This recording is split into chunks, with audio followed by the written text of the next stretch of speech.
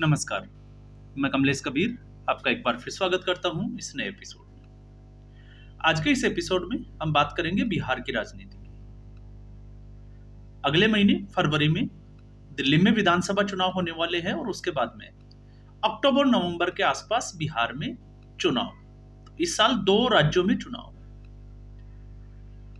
और जिस तरीके से हरियाणा और महाराष्ट्र का विधानसभा चुनाव परिणाम आया, तो उसके बाद अब पूरे देश की नजर जो है वो बनी हुई है दिल्ली और उसके बाद में बड़े राज्य बिहार के ऊपर।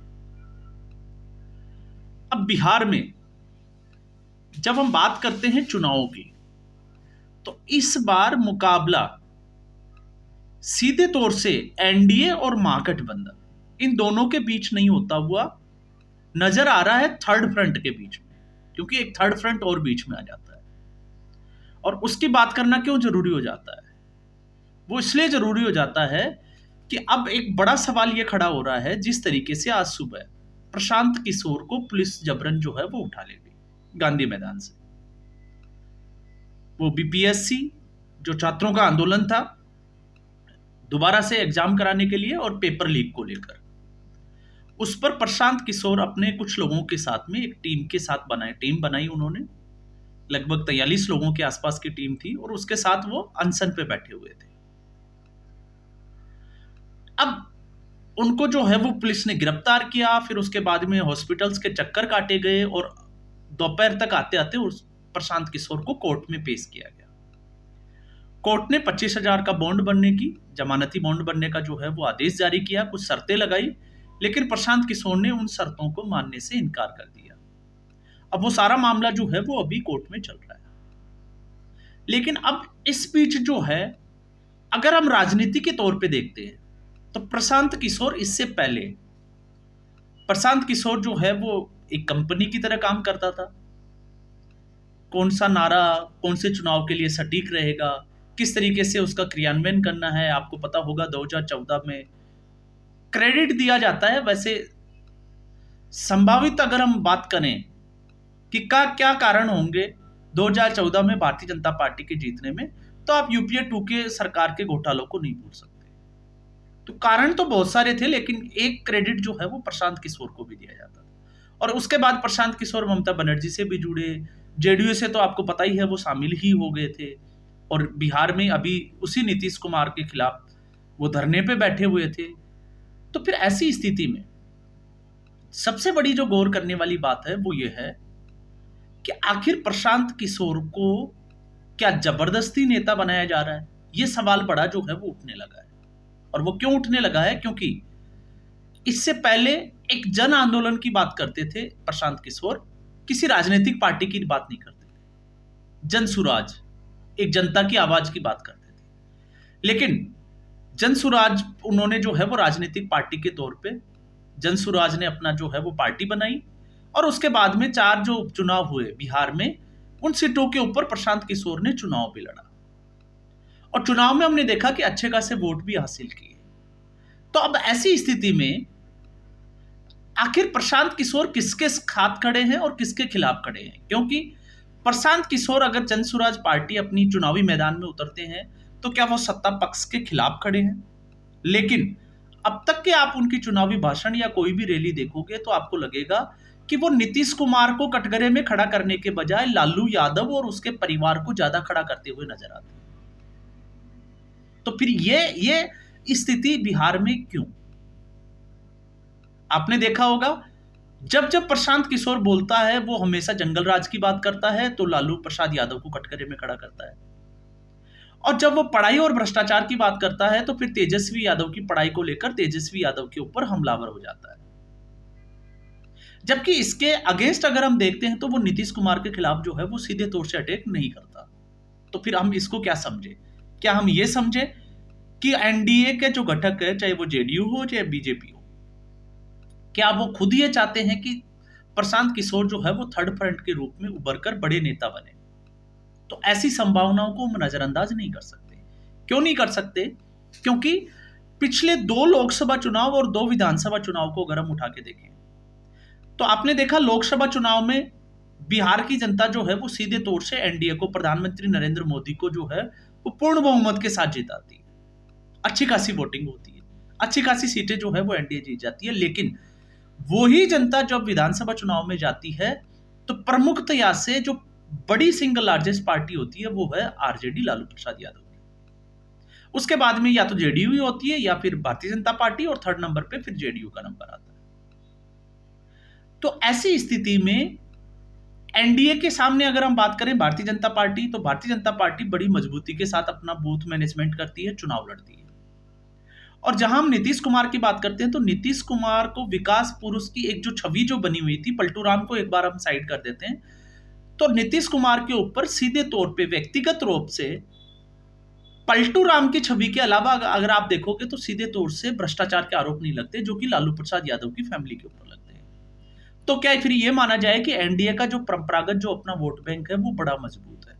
तो फिर प्रशांत किशोर जो है वो अपनी नजर, या हम कहें कि किस वोट बैंक के ऊपर उसकी नजर पड़ी हुई है, तो फिर वो नजर आता है हमें लालू प्रसाद यादव, आरजेडी। इसीलिए आपने देखा होगा जब प्रशांत किशोर को पुलिस ने उठाया, और आजकल आपको पता ही है कि नेता बनने के लिए क्वालिफिकेशन अगर किसी को कुछ जरूरत है तो वो है पुलिस की पिटाई और हवालात, कुछ दिन हिला हवालात में।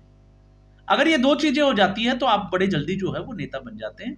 और छात्र जो नेता होते हैं, आपने देखा होगा चाहे कन्हैया कुमार से लेकर आप किसी को भी उठा के देख लीजिए, तो वो नेता कैसे बने? उन्होंने लाठियां खाई, पब्लिकली वो पुलिस से पीटे गए, उठा के फेंक दिए गए, या फिर उनको जो है वो जेल में बंद कर दिया गया, और आज वो राजनीति चमका रहे। तो ठीक ऐसी स्थिति में प्रशांत किशोर को गिरफ्तार करने से, और जो अब माहौल बना है तो उससे फायदा, तो आरजेडी ने अगर जैसे अब आप देखोगे तो आज हमला बोला कि नीतीश कुमार और भारतीय जनता पार्टी जो है वो मिलकर प्रशांत किशोर के साथ ऐसा कर रहे हैं ताकि प्रशांत किशोर बड़ा नेता बन जाए।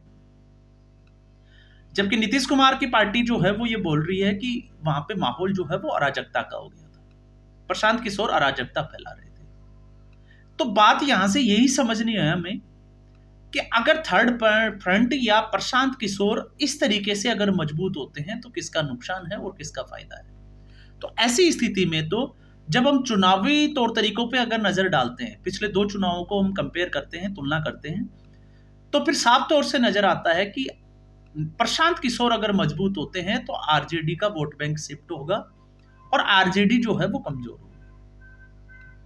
तो क्या फिर अब एक नई संभावना यह भी बनती है कि क्या प्रशांत किशोर फिर अरविंद केजरीवाल होंगे अगले?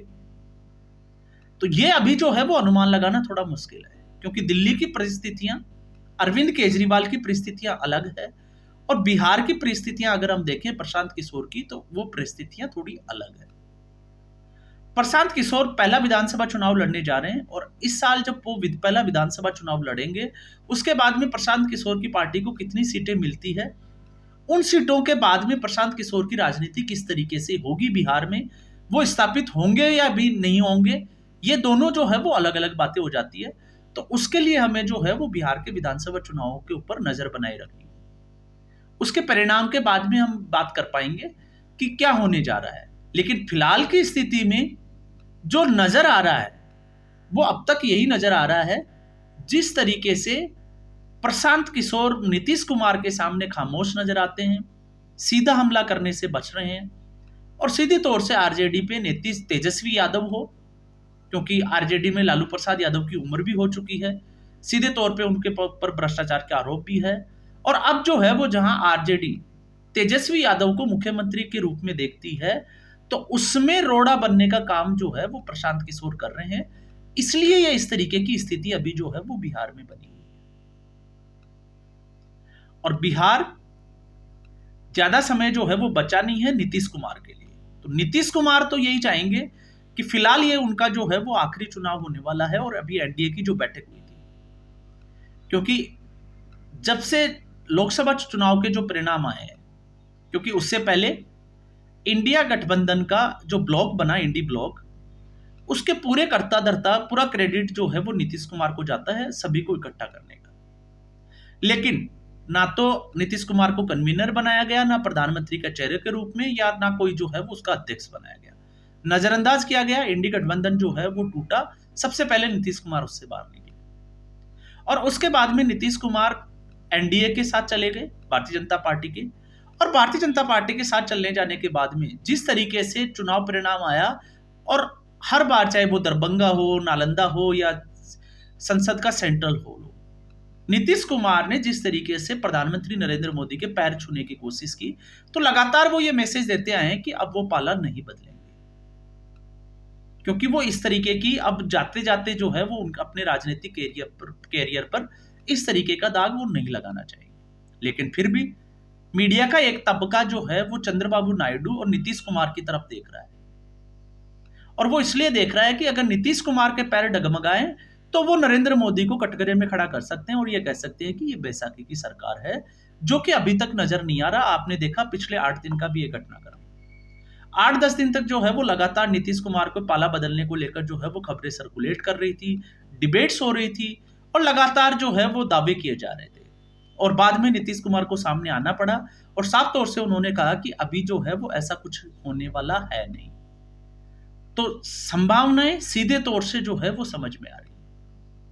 तो अब प्रशांत किशोर के आगे की राजनीति क्या होगी, किस तरीके से वो जो है वो बिहार की राजनीति में गायब हो जाएंगे, या फिर नए अरविंद केजरीवाल साबित होंगे, या फिर थर्ड फ्रंट को कम मजबूत करके लालू प्रसाद यादव की पार्टी आरजेडी के ऊपर कितना भारी पड़ेंगे, आने वाला घटनाक्रम जो है वो इसके आसपास ही घूमने वाला है। तो आज के एपिसोड में बस इतना ही। उम्मीद करूंगा वीडियो आपको पसंद आया होगा। वीडियो को लाइक करें, शेयर करें, चैनल जरूर सब्सक्राइब करें। धन्यवाद।